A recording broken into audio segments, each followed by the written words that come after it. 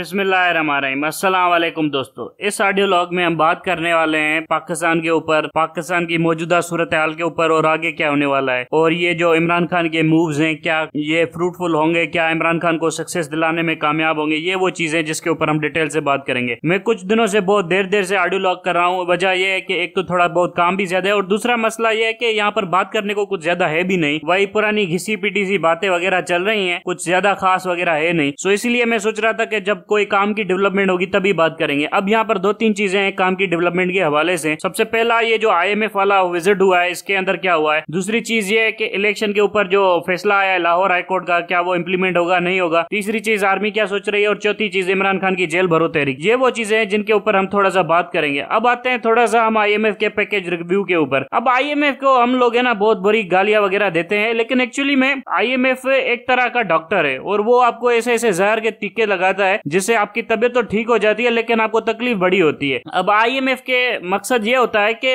वो आपकी जो मतलब फाइनेंशियल डिफॉल्ट है ना उसको कैटर करे, मतलब वो आपको डिफॉल्ट ना करने दे। इसीलिए IMF बनाया भी इसीलिए गया था क्योंकि एक तरह का आपका ग्लोबल इंपैक्ट आ जाता है। फॉर एग्जाम्पल एक बहुत बड़ा कंट्री होता है और वो फाइनेंशियली तौर के ऊपर अपना डिफॉल्ट पे नहीं कर सकता और वो डिफॉल्ट कर जाता है। इससे ये होता है कि उससे जो पेमेंट मिलनी होती है उससे वो दूसरे कंट्री ने दूसरे को पे करना होता है, दूसरे ने तीसरे को पे करना होता है। इससे ग्लोबल इकोनॉमी के ऊपर एक रिपल इफेक्ट आ जाता है जिसकी वजह से ग्लोबल इकोनॉमी एक तरह के मसाइल का शिकार हो जाती है। सो इन चीजों को काउंटर करने के लिए IMF वगैरह बनाया गया था कि कोई भी मुल्क डिफॉल्ट ना करे। अब IMF को पैसे कौन देता है? IMF को एक्चुअली में पैसे देते हैं हर मुमालिक देता है, अपनी साइज के हिसाब से देता है। जो सबसे ज्यादा IMF को पैसे देता है वो यूनाइटेड स्टेट्स ऑफ अमेरिका देता है और जो जितना पैसा IMF को देगा उसका जो पावर होगा IMF के ऊपर इतना ज्यादा होगा और उसका लेवरेज IMF के ऊपर बढ़ जाएगा और IMF से कंसेशन भी वो मुल्क ज्यादा तौर के ऊपर ले सकता है। सो USA IMF को बहुत ज्यादा पैसा देता है, सो IMF के ऊपर लेवरेज भी USA का बहुत ज्यादा है। अब चाइना का भी अच्छा खासा लेवरेज है IMF के अंदर, लेकिन मसला यह है कि चाइना अपने ही ब्रिक्स सिस्टम के ऊपर काम करना चाहता है, चाइना अपने ही IMF को बनाना चाहता है और US के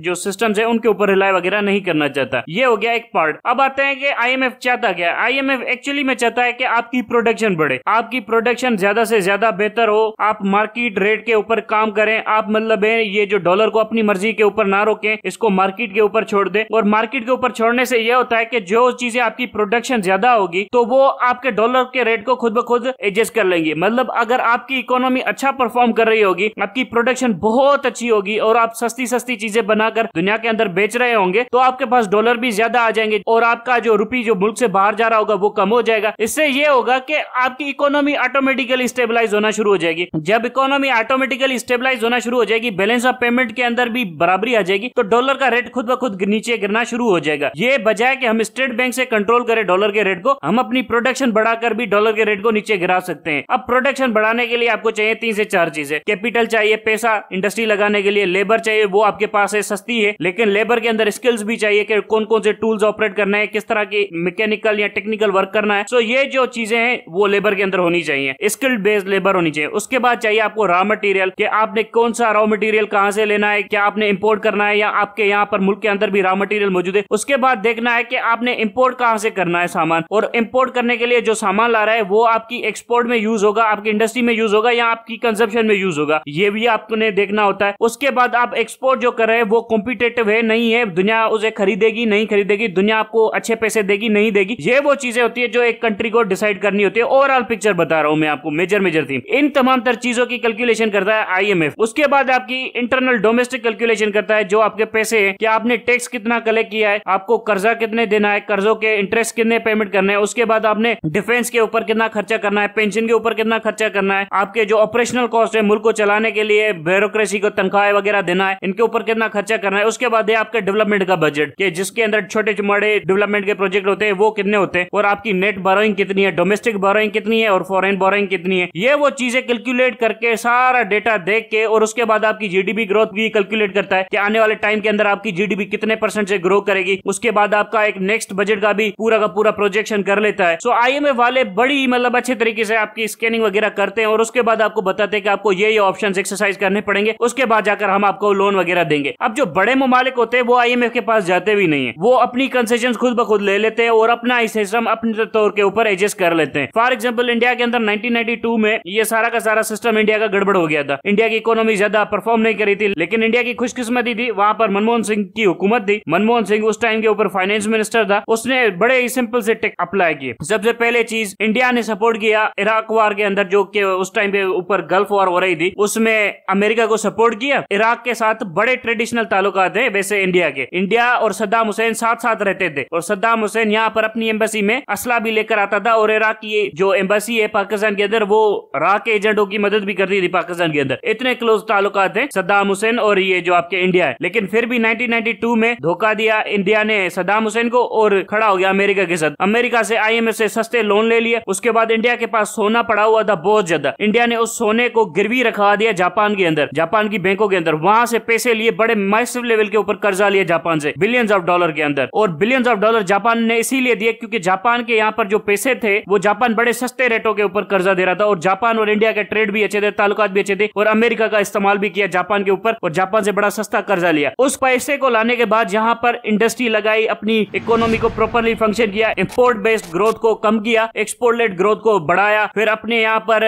डिफरेंट तरह के जो है कैपिटलिस्ट इकोनॉमी, उसको प्रमोट किया। हालांकि यहाँ पर आपको बता दूं, मोदी से पहले मनमोहन सिंह ने बहुत ज्यादा काम किया हुआ था इंडिया की इकोनॉमी पे, और मोदी के आने के बाद मोदी ने जो भी बेनिफिट लिए वो मनमोहन सिंह के काम के बेनिफिट लिए। मोदी ने अपने तौर के ऊपर इकोनॉमी के लिए कुछ ज्यादा नहीं किया। और मनमोहन सिंह से पहले जो आपके नेहरू हैं, उसकी भी इकोनॉमिक के जो अंडरस्टैंडिंग थी वो ज्यादा नहीं थी। वो तमाम तर लोग सोशलिस्ट इकोनॉमी के ऊपर बिलीव करते थे, यानी कम्युनिस्ट इकोनॉमी, यानी नेशनलाइजेशन के ऊपर बिलीव करते थे। और नेशनलाइजेशन की वजह से इकोनॉमी ज्यादा ग्रो नहीं कर सकी। इनफैक्ट आप ये भी देख लीजिए, हिटलर जैसे बंदे को भी पता था कि कम्युनिस्ट इकोनॉमी काम नहीं करती है, और हिटलर को भी कैपिटलिज्म के बारे में पता था कि कैपिटलिज्म बहुत ज्यादा अच्छा है। सो यहाँ पर आप देखें कि कैसे कम्युनिस्ट इकोनॉमी खराब करती है मुल्क की मईशत को। और भुट्टो साहब कम्युनिस्ट इकोनॉमी लेकर आना चाहते थे और अल्टीमेटली हुआ यही कि कम्युनिस्ट इकोनॉमी आपके गले में पड़ गई और आपकी जो ग्रोथ होनी थी वो बिल्कुल भी नहीं हो सकती। यहाँ पर यह भी देखना चाहिए कि जिन मुल्कों ने कम्युनिस्ट इकोनॉमी को छोड़ा हुआ है, यानी सोशलिज्म की जो इकोनॉमिक फिलोसफी है उसको छोड़कर कैपिटलिस्ट इकोनॉमी की फिलोसफी को अपनाया हुआ है, तो उन मुल्कों ने बहुत ज्यादा तरक्की की है। लेकिन कैपिटलिस्ट इकोनॉमी के अंदर बहुत ज्यादा भौचाल भी है, उसको रेगुलेट भी करना पड़ता है। लेकिन मसला यह है कि कैपिटलिस्ट इकोनॉमी चाहती है कि आप उसको रेगुलेट ही ना करें। अगर आप उसको रेगुलेट करेंगे तो वो कैपिटलिस्ट इकोनॉमी नहीं बनेगी, वो एक कम्युनिस्ट इकोनॉमी बन जाएगी या एक सोशलिस्ट इकोनॉमी बन जाएगी। ये मैं ऊपर से जनरली बात कर रहा हूं, स्पेसिफिक डिटेल्स में नहीं जा रहा। सो मनमोहन सिंह ने इस तरह के लोन वगैरह लेकर इंडिया के अंदर इंडस्ट्री को खड़ा किया, इंडस्ट्री को ऊपर ले आया। उसके बाद उसने अपनी इकोनॉमी को खोला, अपनी एयरलाइंस के सेक्टर खोले, अपनी दूसरी इंडस्ट्रियल सेक्टर को प्राइवेट सेक्टर के लिए खोला। और जिसके बाद यह हुआ कि इंडिया के अंदर इन्वेस्टमेंट आना शुरू हुई। इन्वेस्टमेंट आने से यह हुआ कि इंडिया की प्रोडक्शन बढ़ना शुरू हुई। प्रोडक्शन बढ़ने से यह हुआ कि ग्लोबल कैपिटलिस्ट दोबारा से इन्वेस्ट करना शुरू हो गए। सो मार्केट के अंदर पैसे की लेन देन ज्यादा होने शुरू हो गए, जिसकी वजह से इकोनॉमी ग्रो करना शुरू कर दिया। इकोनॉमी के ग्रो करते करते बात यहां तक पहुंच गई कि इकोनॉमी ने फ्लरिश करना शुरू कर दिया। 7%, 8% की ग्रोथ के ऊपर आ गई जीडीपी, जिससे यह हुआ कि इंडिया बहुत बड़ा एक इकोनॉमिक जाइंट बनता गया slowly and gradually south Asia के अंदर। अब पाकिस्तान का इकोनॉमिक मॉडल आप अगर इससे कंपेयर करें तो कभी भुट्टो ने आकर सोशलिज्म का बहाना बना के नेशनलाइजेशन कर दी। उसके बाद तो आर्मी वालों को तो कख भी नहीं पता था कि पाकिस्तान की इकोनॉमी होती क्या चीज है। इनफैक्ट आज भी इन जनरलों को नहीं पता कि इकोनॉमी होती क्या है। बहरहाल इन फौजियों को कीड़ा बड़ा है मुल्क चलाने का, लेकिन इकोनॉमी का कोई सेंस वगैरह इनको है नहीं। अब मसला यहाँ पर यह हुआ कि ये जब सब कुछ हो रहा था तो